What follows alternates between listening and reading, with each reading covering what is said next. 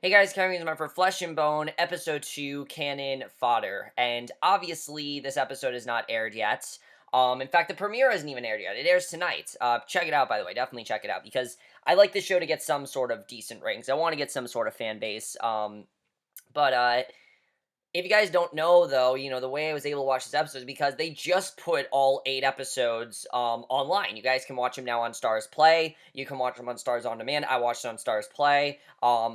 But yeah, I'm gonna probably do what I did with Sense8 with this. Now, I'm gonna tell you guys, I'm not gonna be as consistent with Sense8, but get used to this. Like, if I'm reviewing an episode that doesn't come out till next week, get used to that. I'm gonna try to get through this pretty quickly. I'm not gonna be as consistent as I was with Sensei, but I'm gonna try to because it's 8 episodes, so I think I'm gonna get through this pretty quickly. And I have to say, I'm really getting into this show. I know a lot of people are saying, "Oh, it's boring and cheesy." I don't know. I really got into this episode. I really enjoyed overall. I thought this was a much better episode than the premiere.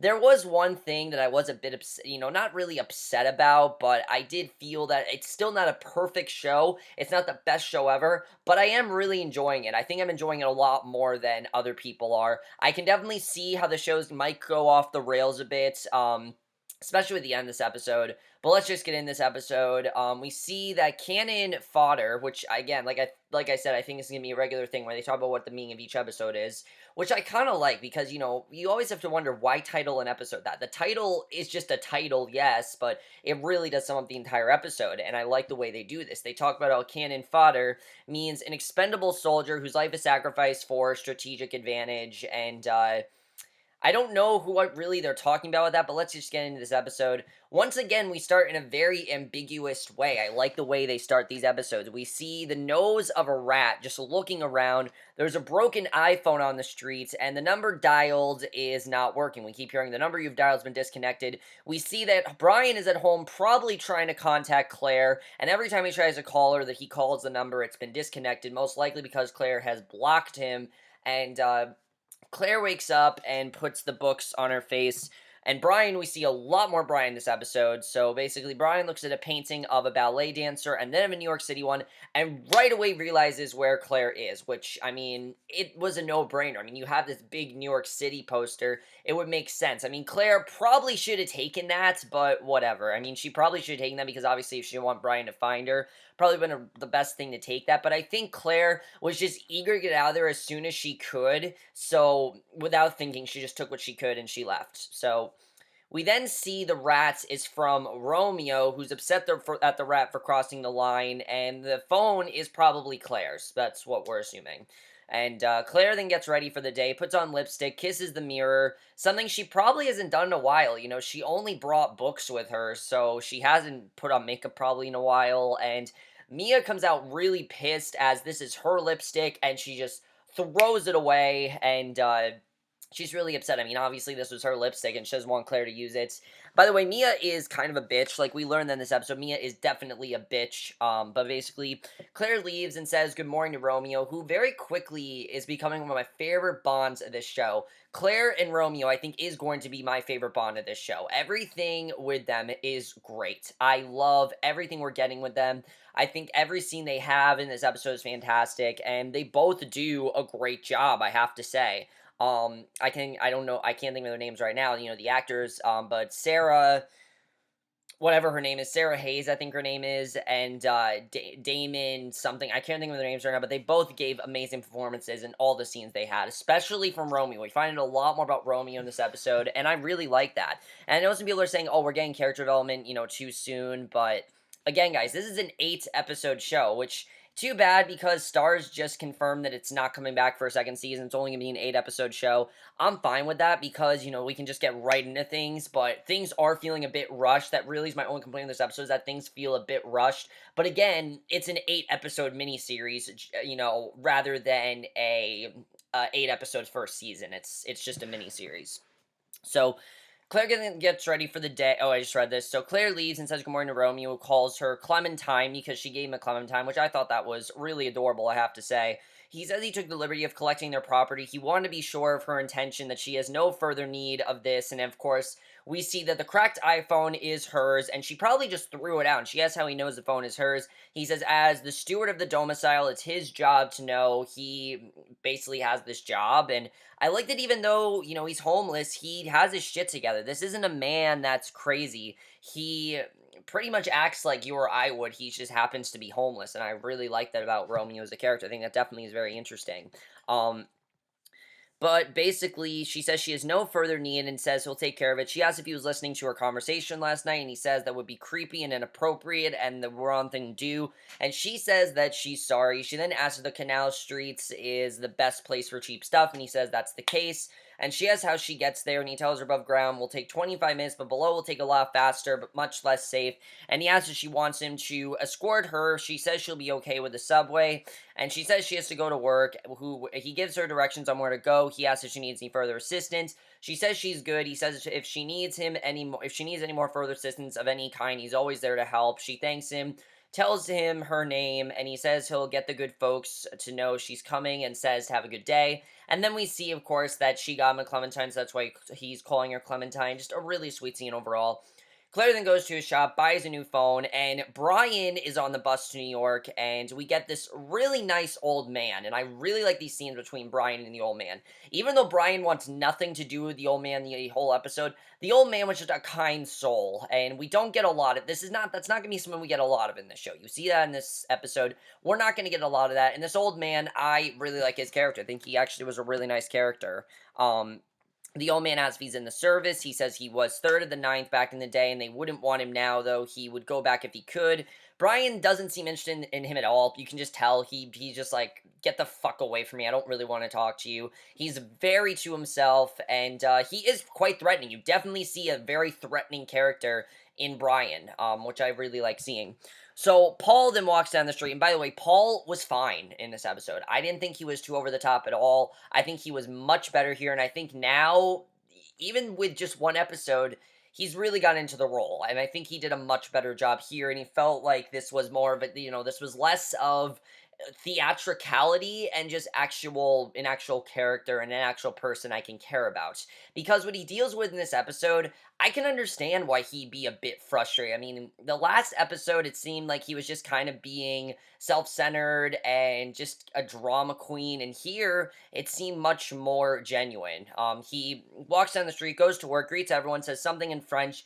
Jessica greets him and tells him to step in for a minute so they can talk about the choreographer he wants to hire for the new piece for Claire. And he tells her about the choreographer. The choreographer's name is Xavier, and tells her about his work. He turned Romeo and Juliet into a 50s style production, essentially West Side Story. I mean, that's basically what it is, although it's as a ballet. And Jessica doesn't seem to remember it because it was almost 15 years ago. That's the problem here. This choreographer he wants to hire hasn't been active since 15 years ago. And he says even though it was a while, it's always been a dream of his to work with him. And he's never once wanted to bludgeon him. And he's worked very well with him. He wants a choreographer that he knows he's going to work well with. Now, the thing that's very interesting about this is, I think we all have a dream. We all have a dream that isn't probably going to happen, but we really want to happen. And this is Paul's dream. His dream is to work with this choreographer, even though, again, he hasn't been active for 15 years. And Jessica says that's saying something. She's just a little concerned about the box office sales and how they need to generate the excitement. It's extremely critical for the season. And he says he doesn't need to be reminded. And she says that Xavier hasn't been on the forefront in quite some time. And Paul says that he's innovative and most importantly collaborative. Like, he will listen to Paul's ideas while some other choreographers might not and want to do their own thing. And the last thing he needs is a usurper. So she says what they need is a draw of a hot of the moment choreographer. And she tells him she spoke to Toni Canava, who is going to be a character in the show. We don't get introduced her in this episode, but the next episode we are going to introduce her because I read the description and it says she's in the next episode. And she is interested, and Paul is not interested at all. He wants nothing to do with her. And Jessica says she could rejuvenate the public's perception of the company. He asks what the public's perception is, and she says he knows perfectly well that's why he's so excited about Claire. He would want to garner some attention. And we see that, while this ballet company, I'm sure, is liked, they're just not liked by the public. They might be liked by people who are professional ballet, but honestly, guys, how many of us go out to a ballet? I mean, I think only if we're interested in ballet or dance in ballet. We don't go into a ballet really for our health. It's not really something we do. It's not really something we do. Not for our health. I mean, for fun. We don't really do that for fun. So I can understand what Jessica's trying to say here. That the general public, they don't really go there for ballet. They'll go there for Claire because she's hot. Let's face it, Claire's hot, and that's why. So she agrees since they're a ballet company, not a museum. She asks if that was his point with Brosseau, and she says they haven't done a new work in quite some time, so it's very exciting. No offense to Jeffrey, who believed in more of the classics, but she believes he's more of a risk taker than he might have had the opportunities to be in the past, and she supports that. And we get this character, Jeffrey. We don't know who Jeffrey is, but I feel like we're going to see him eventually. He says Jeffrey and him ran this company in complete utter harmony, and she says he has missed more and more with each passing moment.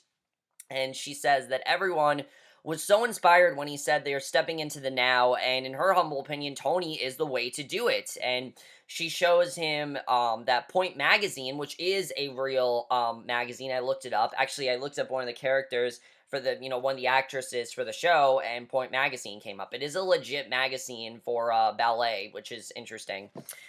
They did a feature on him and marked it on the off chance that he'd be curious to see what she thinks of him. And he reads what she said about him, and he says she gets points for paying attention. She says she cites him as one of her greatest influences. He says he has to admit he always thought she had a certain je ne sais quoi, and he asks if they can afford her, and she says she'll make it work, and then he complains about her hair, and I thought that was pretty funny. So it seems like they're gonna work with Toni, which I definitely like this scene, I have to say. And again, Paul wasn't annoying here.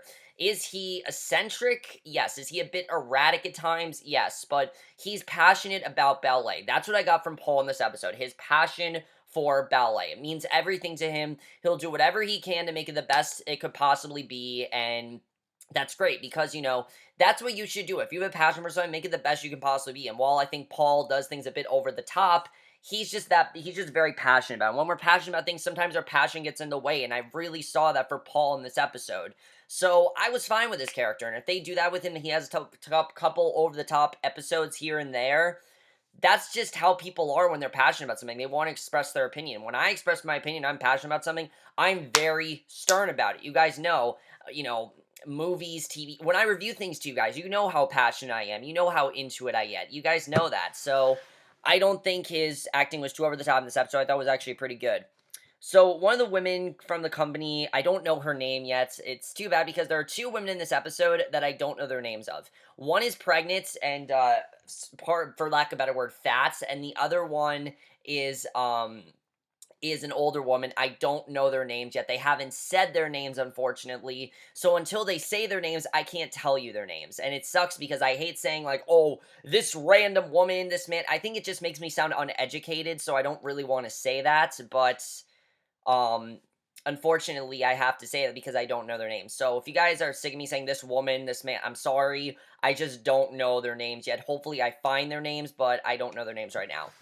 So one of the women from the company comes in the dressing room looking for Claire, and she shows who she is. She tells her to have a nice time tonight. She has a bag, and in it are new shoes. And Mia says they are fuck me shoes, which, yes, I will admit, those are shoes that you wear if you're like a prostitute or wanting to have sex. You don't just wear those shoes to wear those shoes. You wear those shoes if you're gonna have sex. That's what those are for.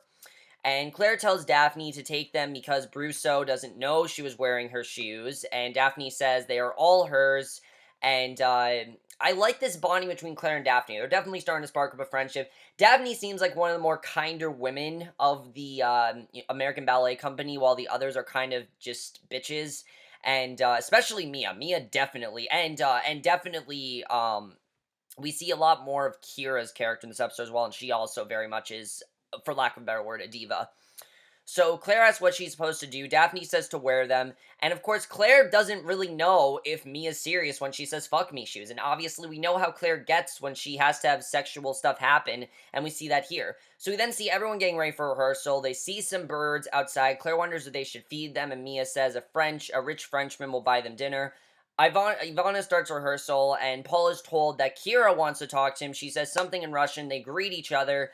And she, like I said, we get a lot more Kiira in this episode. She's upset that he cut the gazelle and says she assumes he has a new plan for her. He says they're going to open the evening with Ruby's Balanche and she will be amazing. She asks if she'll be featured in the new ballet. He says it's going to be edgy, modern, and he's not sure that she would be very comfortable. He doesn't really think that's something that is in her comfort zone.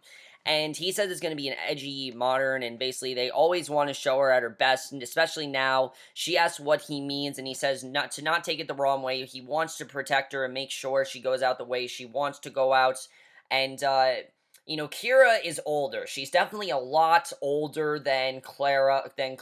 Now this is not Doctor Who. Than Claire or Mia or even Daphne. She's a lot older, so you can tell that she's aging, and you can tell that Paul knows that this is not something that the public is going to want. They don't want to see some 30-year-old. They want to see someone like Claire's age, 21. I would want to see that too. I will admit that. So, although 30-year-olds can be hot, hello, Anna Kendrick. I mean, there is that. So, he talks about how he wants her to go out. Splendor, accolades, flowers at her feet, and she says she's not going anywhere. He says he's thinking too far ahead. She says she doesn't have to tell him the best strategy is to launch it with her. He says everybody's busy telling him what they don't need to tell him today. And she says that Claire is fine, but she's better for the box office. She says she'll perform the new ballet in the A cast and Claire will perform it in the B. And, she's very persuasive. You can tell that, she's trying to reason with Paul here. She was probably, we get the impression that basically Kiira was the star dancer, and now Claire's basically completely stole it from her. So Paul tries to reason with her, but she tells him what to do because she knows that what's best. She says if Claire performs on the second night, she can become Critics' New Discovery, and they have a sold-out run, and everyone wins. So he asks about her injury, asks if it's healed and up to the workload, since he wants to give her 2 ballets, and she says she's fine and perfect, and he says she is more soon.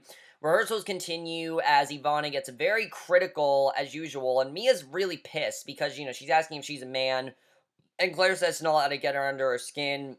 And we realize that Ivana is so critical because of her menopause. She's going through menopause, and that's making her act out.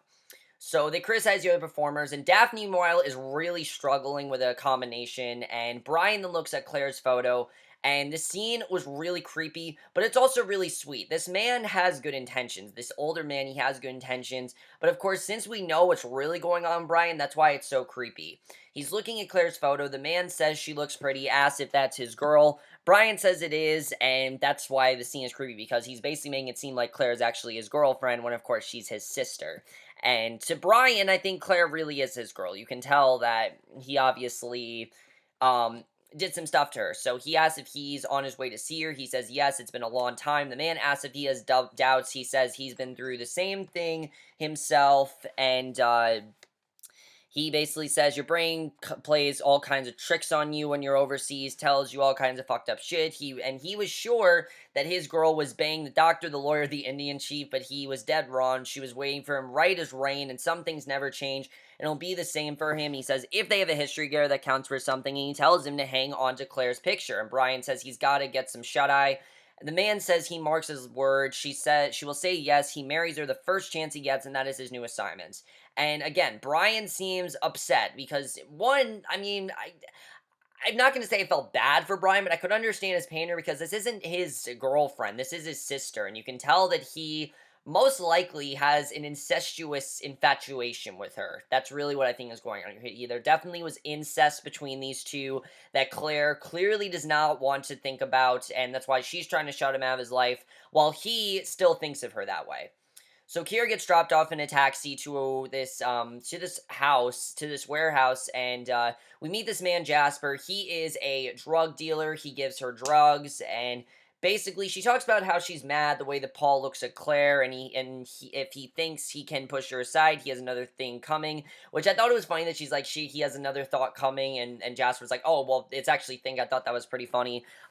Jasper says that Paul was putty in her persuasive pretty hand, and she tells about the modern ballet they're doing. She asks how this will look on her, and everything's against her and totally fucked. And he says to listen to him, she's going to be brilliant, and to kill it, and she's an assassin. He says he's not just some vending machine. She bows as she gives him money, and he gives her the pot that she needs, and she says next time they'll hang out, but right now she has to go piss on her territory, and clearly she has some sort of plan. We don't know what her agenda is, but it definitely involves her making sure that she's in the spotlight while Claire's not. So I like seeing this conflict here. I definitely like it. So Claire sits at the mirror, notices blood coming out of her nailless big toe. I mean, holy shit, it can't get more disgusting than that. She wipes some on her mouth, but again, this is what happens. They hurt their feet. Like I told you guys, this is dangerous what they're doing. They're hurting their feet. They're hurting themselves. It's not really that safe. She says she'll hang neck. Basically, she then sees, she wipes some on her mouth as if it were Mia's lip gloss, kisses it on the mirror, and Mia gives her this look like, what the fuck are you doing? And she tells Pasha, who she clearly has a bond with, that Claire is this cunt and she can't stand her, blows into town, blows Paul, and gets to lead the new ballet. It's completely fucked. And I can understand why Mia's upset. I mean, Claire obviously is the new girl and now she's just getting all this stuff. I can understand why she's upset. But she's a bitch, nonetheless. Mia is definitely the bitch of the show, and she does a good job with that, definitely, but she's definitely the bitch here. So Pasha gives her a look and she says she has a right to be aggravated. She tells him to rub her shoulders. He says she was crazy long before this. He says she needs to focus on the bigger picture. And I like Pasha's advice here. It's true. She needs to focus on something other than fame, which seems to be the only thing she cares about is this particular ballet. And she asks what she's doing wrong. He says it is what is not ever it is what is not everyone wins the lottery. And he talks about how he wants to be like Beethoven, but he's not, and it's not going to happen because he has very poor vision. In fact, he says his vision's probably gonna go soon. And he says in 3 years, like I said, his sight's gonna be gone, and he's gonna have to play tips for playing for tips in a hotel lobby. So she says the reality is she's got to step up her game, and he will see. And he says that he's ready, and very interesting stuff there. So we got, we have two characters now. We have Kiira, who's clearly jealous of Claire's spotlight, and now we have Mia, who's never been in the spotlight and is probably in a much more vulnerable position than Claire and Kiira because she's never been in the spotlight. She's never been the star, and clearly she wants to take that from Claire. Because again, these are people that haven't been in the spotlight, and she's thinking, what does Claire have that we don't? I mean, she's been there for 3 years. Claire's been there for one. I can totally understand what Mia's going through. I don't think that Mia's just a bitch. I do think that she's very bitchy and very persistent, but I can understand her pain, definitely. So Claire watches Daphne hard at work, going over the combination that Ivana yelled at her about, and Claire compares it to her stripping as she tries to help her. And again, I really like the bonding between them. And then we see another one of the women, the one that's pregnant, that run the company. She talks about her pregnancy, and then she calls Claire in. She says she needs her direct deposit info, and Claire says that she disconnected her number and got a new one. She asks how much the principal dancer salary is, and she says it's a lot more than she's making. She says she's going to be dancing a principal role, and she says she's got a core contract, and it happens.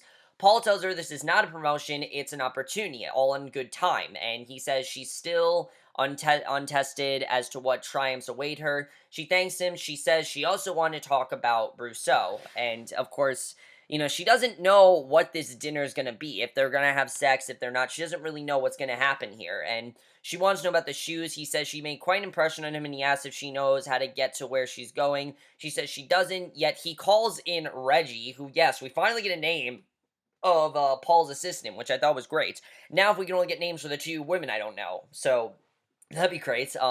He gives her directions on a paper. She asks if it's a business dinner, and he asks what else it would be. She says she's just worried about the impression. He says Brosseau is investing in her and in them, and he wants to get to know her better. It's a perfectly reasonable request, and she says it's just business and nothing more. And he says everything in ballet, and I thought this was interesting what he says here. He says everything in ballet is such a delicate balance, and says nothing has been explicitly stated. And she says how they called them fuck me shoes, and he asked who does, who did, and he says it's a figure of speech, and what does she care what the green-eyed monster thinks? She says sounds pretty explicit to her. He says primas don't travel in a pack. She has to start thinking for herself. He says she's about to star in a ballet created specifically for her, and he asks if she wants it, and she says yes. And I like his motivation here, because at first she says it very quietly, but then he gets her to say it loudly. And Claire's very shy. She's very damaged. She's very shy, and you can tell that.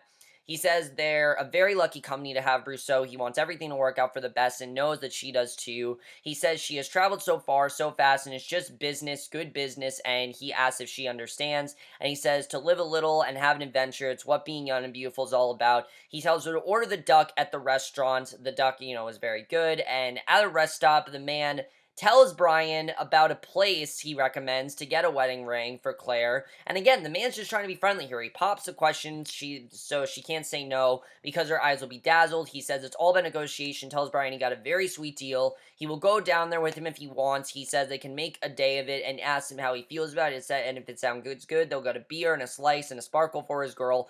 Bryan then punches him in the stomach and just leaves him in the bathroom door. Like, damn, like, he is persistent. Obviously, he's on a mission. He wants to find Claire, and he clearly does not want to talk to anyone. He wants nothing to do with anyone except Claire, and that was pretty fucking insane. I mean, the fact that he just punched this innocent man who was just trying to help him out, I mean, it's pretty crazy. I hope we see him again. I don't think we ever will see this character again, but I really liked this character, unfortunately, and they had to kill him. I mean, he didn't kill him, but he then buys a Snickers candy bar, sits on the bus by himself, and Russ then asks Claire to do him a favor. He practices a combination with her, and again, this shows how damaged Claire is. He tells her how he was waiting for the book when he was in college. Oh, wrong scene here. Uh, Basically, he starts to touch her. She pushes him off. He says he won't push his luck, and, he starts to touch her sexually. She leaves, and now it seems like Russ is going to be a love interest for her. It seems like he clearly likes her. It seems like he's not gay, and, yeah, so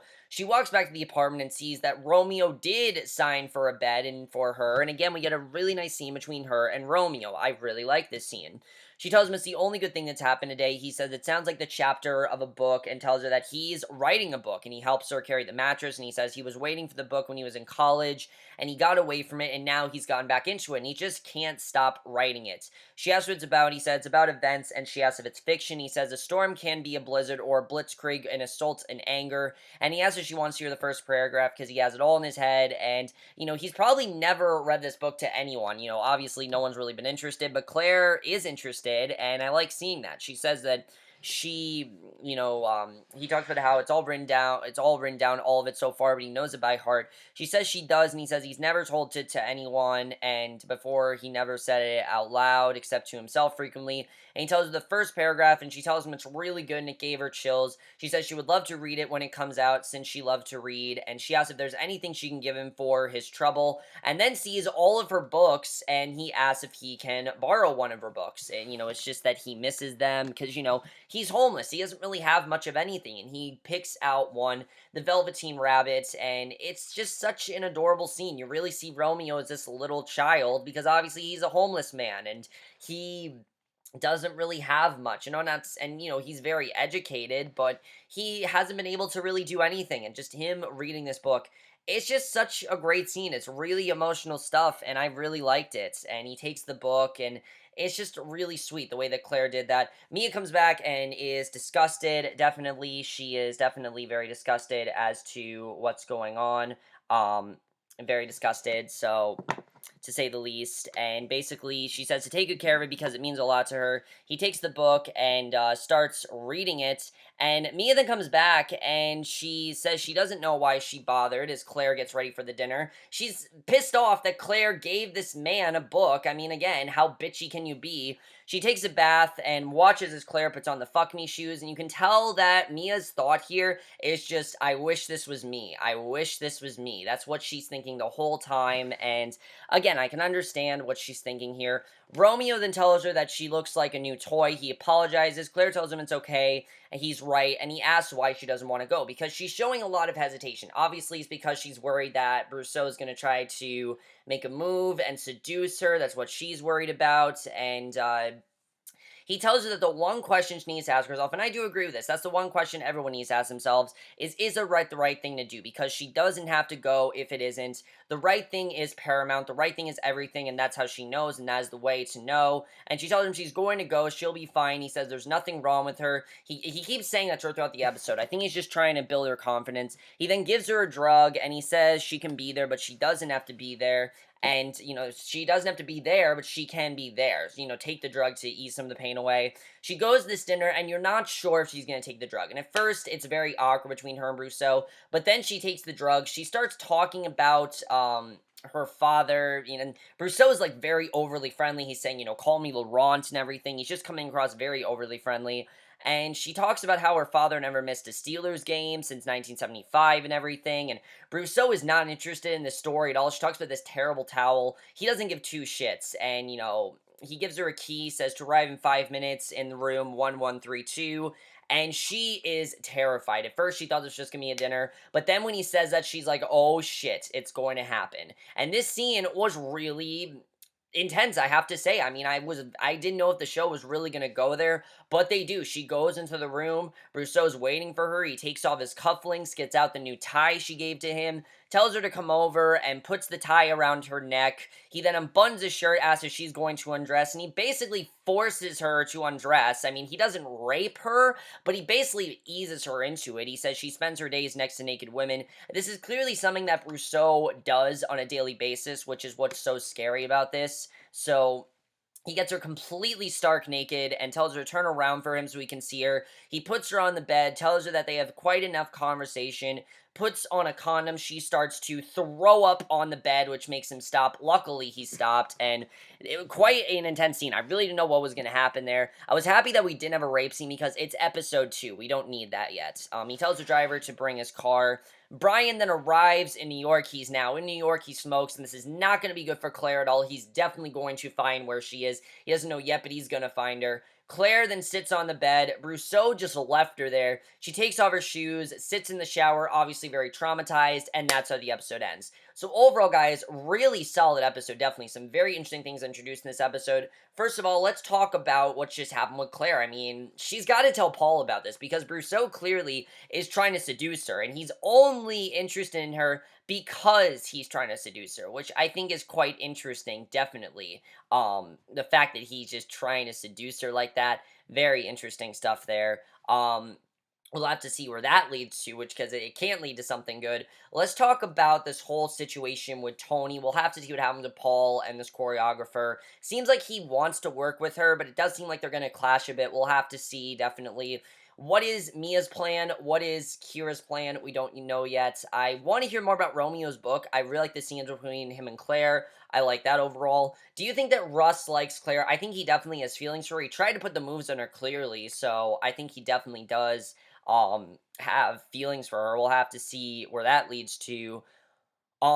But overall, guys, great episode. Really love this episode overall. I'm really getting into the show. Again, it's not perfect. I will say that. There were some things I didn't think was perfect about this episode. But overall, I thought this was a really solid episode. Definitely really starting to get into the show. I will watch episode 3 very soon. I don't know when, but I will watch it very soon. Let me know what you guys saw this episode. I know this review is long, but hey, there's a lot that happens in this show. I will see you guys in my next video, which will be for tonight's episode of The Walking Dead, and I will see you guys for that. Okay, bye.